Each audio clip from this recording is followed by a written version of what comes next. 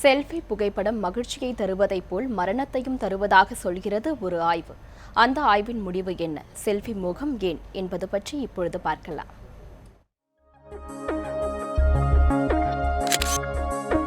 புகைப்படங்கள் என்பது தங்கள் வாழ்வில் மகிழ்ச்சியான தருணங்களை நினைவில் வைத்துக்கொள்ள உதவுவது.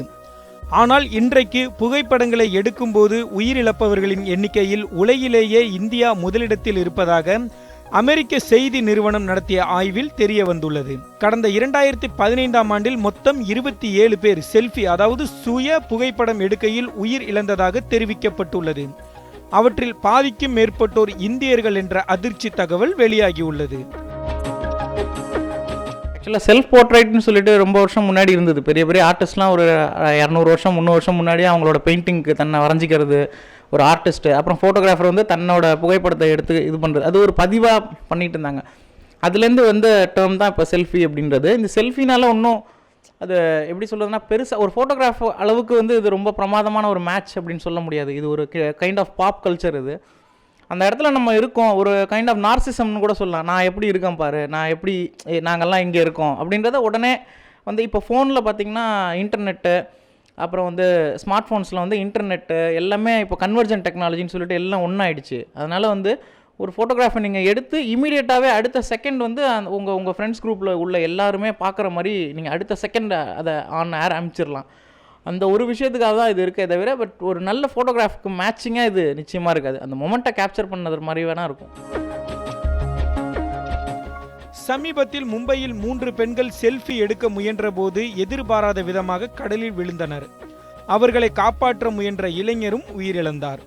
இந்நிலையில் மும்பை மற்றும் அதன் சுற்று வட்டார பகுதிகளில் செல்ஃபி எடுக்கப்படும் 16 அபாயகரமான இடங்களை கண்டறிந்து போலீசார் தடை விதித்துள்ளனர். பொதுவாக இதுபோன்று எடுக்கப்படும் செல்ஃபிக்கள் சமூக வலைதளங்களில் பதிவிட மட்டுமே பயன்படுத்தப்படுகிறது. மற்றவர்கள் தன்னை அங்கீகரிக்க வேண்டும் என்ற உளவியல் காரணம் இதில் இருப்பதாக கூறுகிறார் உளவியல் நிபுணர் அபிலாஷா. ஸோ செல்ஃபி எடுக்கிறது இந்தியாவில் ஏன் ஜாஸ்தி இருக்குன்னா, இந்தியன்ஸ் வந்து ஜென்ரலாகவே ஒரு ஹீரோயிசம் அதிகம் எதிர்பார்க்குறவங்க. நம்ம மூவிஸே நீங்கள் பார்ப்பீங்க, ஒரு பர்டிகுலர் இடத்துக்கு போனாலோ இல்லை ஒரு செலிப்ரிட்டி கூட நின்று ஃபோட்டோ எடுத்து அதை போஸ்ட் பண்ணுறதோ, இதிலெல்லாம் வந்து சின்ன சின்ன சந்தோஷங்களும் அங்கீகாரங்களும் கிடைக்கிறனால இந்த செல்ஃபின்றது இந்தியாவில் அதிகமாக இருக்குது. பட் அது வந்து கொடூரமாக வந்து உழும்போதோ இல்லை வந்து ஒரு டெட் பாடி கூடவோ இல்லை ஒரு ஆக்சிடெண்ட் இடத்துலையோ நடக்கிறது. ஏன்னா அதை ஒரு வித்தியாசமாக காமிச்சு அதன் மூலியமாக பேர் வாங்கி அதன் மூலியமாக நிறைய லைக்ஸ் வாங்கினா மற்றவங்க நம்மளை அங்கீகரிப்பாங்க அப்படின்ற ஒரு தவறான எண்ணம் தான் இதுக்கு அடிப்படை காரணம்.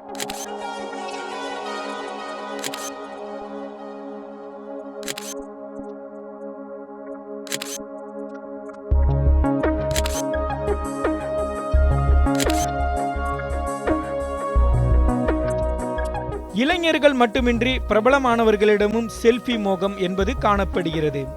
குறிப்பாக பெண் குழந்தைகளுடன் புகைப்படம் எடுத்துக்கொள்ளுங்கள் என தந்தையர்களுக்கு பிரதமர் மோடி அறிவுரை. பொது நிகழ்ச்சிகளில் அவர் எடுத்துக்கொள்ளும் செல்ஃபி படங்கள் சமூக வலைதளங்களில் பெரும் வரவேற்பை பெற்றன. என்றாலும் அனைத்திற்கும் ஒரு எல்லை உண்டு என்பது போல் அளவுக்கு மீறி ரிஸ்க் எடுத்து செல்ஃபி எடுப்பதும் ஆபத்து என்பதை செல்ஃபி எடுப்பவர்கள் நினைவில் கொள்ள வேண்டியது அவசியம்.